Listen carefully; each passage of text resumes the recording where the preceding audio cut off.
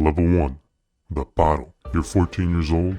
You live in a neighborhood where MS-13 controls every block. You see the older guys. They wear blue and white. They have money. They have respect. Your mom works 2 jobs and you're invisible at school. But when those guys walk down the street, everyone moves aside. You start hanging around the corner where they post up. You don't ask to join. That's disrespectful. You just exist. You run to the store when they need cigarettes. You watch their backs when they're making deals. You hold packages without asking what's inside. They call you bottle. It means lookout. You stand on the corner for hours. Your job is simple. If you see police, you text a single emoji, a cop car. That's it. If you see Barrio 18, you run inside and warn them. You make 0 money. You're being tested. They want to see if you can keep your mouth shut. If a teacher asks about the guys in the corner, you say nothing. If police offer you $20 to talk, you walk away. You're waiting for the day they call you something other than bottle. Level 2. The chequeo. 6 months pass. You've proven you're not a snitch. One night, Sneaky pulls you aside. You want in? You nod. Then you get checked. The chequeo is the test. It's a beating. You stand in an alley. 13 members from a circle around you. You have to survive 13 rounds of all them attacking you at once. You can't fight back. You can't run. You can't cry out. The count starts. 1. The fist hits your jaw. 2. It kicked to your ribs. 5. You're on the ground. 8. You taste blood. 11. Your vision blurs. 13. It stops. You're on the concrete. Everything hurts. Sneaky helps you up. He hugs you. Welcome, homeboy. You're in. They give you the street name. You're Flaco, or Smiley, or Diablo. That name is your identity now. You still make no money, but now you have protection. You're family now. Blood in, blood out. Level 3. The Soldier. You're 16. You've been jumped in for a year. Now you get your first real job. You're a soldier. Your job is to move product. MS-13 controls the local drug trade. You don't touch it directly. You're the middleman. Someone drops a package behind a dumpster, you pick it up. You walk into a house 3 blocks away, you knock twice. Someone opens the door, you hand them the package. You leave. You get paid $200 a week. That's more money than your mom makes in 3 days. You buy new shoes, you buy a chain, you start to feel powerful.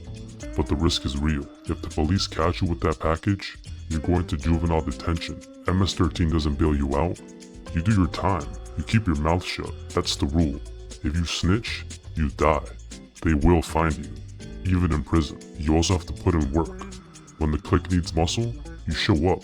A store owner refuses to pay protection, you and 3 others walk in with bats.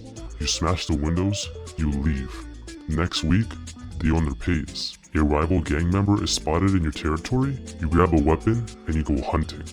Level 4. The Veterano. You're 19, you've been in for 5 years, you've done time, 18 months in county jail for assault. You sat in a cell and never said a word to the detectives. You came out and the clique threw you a party. You earned your stripes. Now you're a veterano, a veteran. You're not doing the grunt work anymore. You have younger soldiers working under you. They kick up money to you. You take your cut, then you pass the rest to the palabrero. Your job is to manage territory. You control 3 blocks. You decide which corner the dealers stand on. You decide who gets to sell and who gets taxed. You also enforce discipline. If a younger member is getting sloppy, talking too much, or skimming money, you're the one who corrects him. Sometimes that's a conversation, sometimes that's a beating, sometimes he disappears. You make about $1,500 a week, you have a car now, a used Honda. You have an apartment, you have a girl, life feels good, but you're marked. The police know your face. You're in a database labeled verified gang member. If anything happens in your territory, they come to you first. You can't leave the life. There's no running. MS-13 is everywhere. Los Angeles, Houston, Long Island, El Salvador. The only way out is in a coffin or as a rat. And rats don't live long. Level 5. The Palabrero. You're 24. You've survived longer than most. You've been shot twice. You've been arrested 6 times. You've been to prison twice, but you never broke. The clique trusts you. You're promoted to palabrero, the one who speaks. You're the leader of your local clique. You have 30 to 40 soldiers under your command. You control an entire neighborhood. Your job is management. You collect the money from all your veteranos. You take your cut. Then you pass the rest up to the ranflero. You hold meetings. The veteranos come to you with problems. Barrio 18 hit one of our dealers. The police raided the stash house. You make decisions. You give the orders. You also handle diplomacy. When another gang wants to negotiate, they come to you. When there's beef between two soldiers, you settle it. Your word is law. If you say someone gets jumped out, it happens. If you say someone gets greenlit, marked for death, it happens. You're making $5,000 to $10,000 a week. You have power. You have respect. But you also have a target on your back. Every ambitious veterano wants your spot. Every rival gang wants you dead. The FBI has a task force dedicated to taking you down. You don't sleep well anymore. You keep a gun under your pillow. You change where you sleep every few nights. You trust no one completely, especially not your girlfriend. The feds love to flip girlfriends. Level 6, the Ranflero. You're 30 years old. You're ancient in gang years. Most of the guys you come up with are dead or in prison serving life. But you're smart. You're careful. You've climbed up to the top. You're now the Ranflero, the regional leader. You control MS-13 operations across an entire city, even multiple cities. You have 5 or 6 palabreros reporting to you. You oversee hundreds of soldiers. You're not on the streets anymore. You operate from the shadows. You run the organization like a corporation. You manage the supply chain. You negotiate with the cartels for cocaine and heroin shipments. You set the prices. You control the distribution. You also handle the finances. MS-13 brings in millions. You have to launder that money. You open legitimate businesses, a car wash, a construction company, a nightclub. The money flows through them, getting cleaned.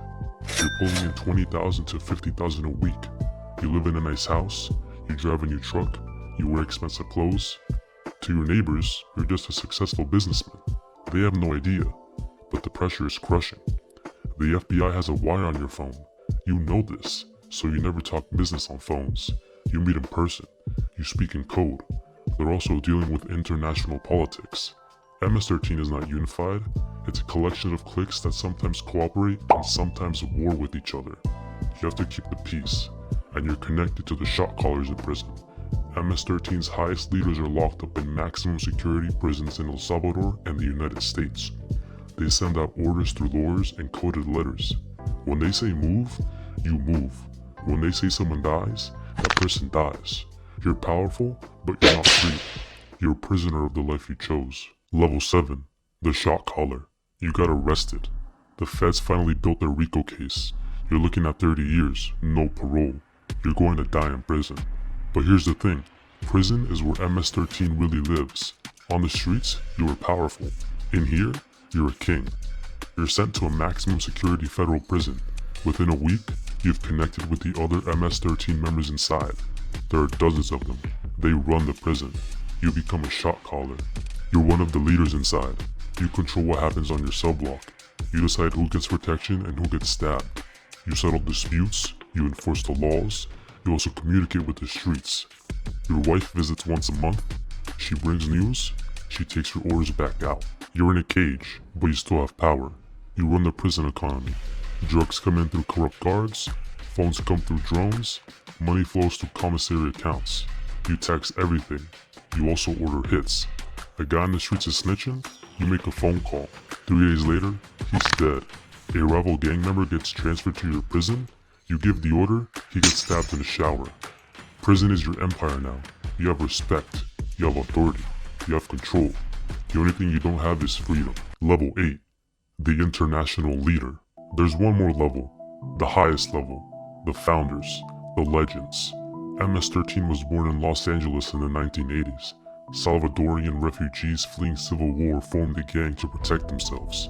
But in the 1990s, the US government deported thousands of MS-13 members back to El Salvador. They took the gang with them.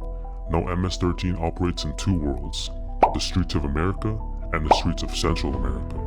The highest leaders, the founders who are still alive, sit in Salvadorian prisons. Places like Zatecaloca, a maximum security prison where MS-13 runs entire cell blocks. These men are ghosts. They don't have social media. They don't do interviews. They communicate through layers of intermediaries. But their world is absolute. When they send out an order, it travels from El Salvador to Los Angeles to New York to Virginia. Thousands of soldiers follow that order without question. You will never reach this level. These men built MS-13. They are mythology. They are the religion. You're just a soldier in their army. Level 9. The end. You're 35 years old. You've been in MS-13 for 21 years. You've been shot 4 times. You've killed 3 people. You've been to prison twice. You've made hundreds of thousands of dollars. But you've lost it all. You sit in your car outside your mom's house. She's old now. She cries every time she sees you. She begs you to leave the gang. She says it's not too late. But it is too late. There's no retirement plan. There's no walking away. You're MS-13 for life. Blood in, blood out. You start the car. You drive to the corner where you first stood 21 years ago as a paro. There's a new kid there. He's 14. He's watching. He's hungry. You see yourself in him, and the cycle continues.